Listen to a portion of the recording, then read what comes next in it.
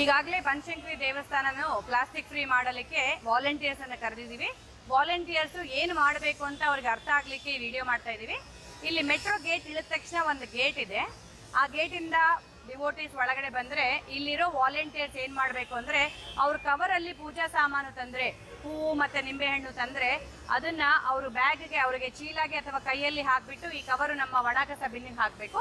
ಅದೇ ತರ ಕರ್ಪೂರ ಮತ್ತೆ ಊದಿನ ಕಡ್ಡಿ ಈ ತರ ಪ್ಲಾಸ್ಟಿಕ್ ಕವರ್ ಅಲ್ಲಿ ತಂದ್ರೆ ಇಲ್ಲೇ ಓಪನ್ ಮಾಡಿ ಕಟ್ ಮಾಡಿ ಲೂಸ್ ಒಳಗಡೆ ಕಳಿಸ್ಬೇಕು. ಸೊ ಬುಟ್ಟಿಯಲ್ಲಿ ತರಬೇಕು, ನೆಕ್ಸ್ಟ್ ಟೈಮು ಈ ತರ ಕವರಲ್ಲಿ ತರಬಾರ್ದು ಅಂತ ಅವೇರ್ನೆಸ್ ಕೊಡಬೇಕು.